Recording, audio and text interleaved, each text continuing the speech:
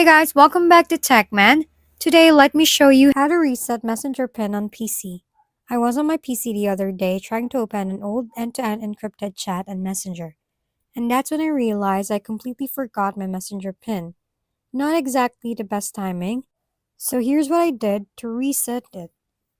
I opened a browser, logged into Messenger using my Facebook account, and once the chat list loaded, I clicked my profile icon in the bottom left corner.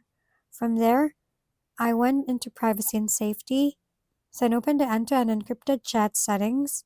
Inside that section, there's an option called message storage, which basically controls how your encrypted chats are backed up. When I clicked turn on secure storage, Messenger gave me the option to create a new PIN or generate a 40-character recovery code. I went with the PIN because, let's be honest, remembering 40 random characters sounds like a nightmare. Once you set the new PIN, it will be used to restore encrypted chats on other devices or browser.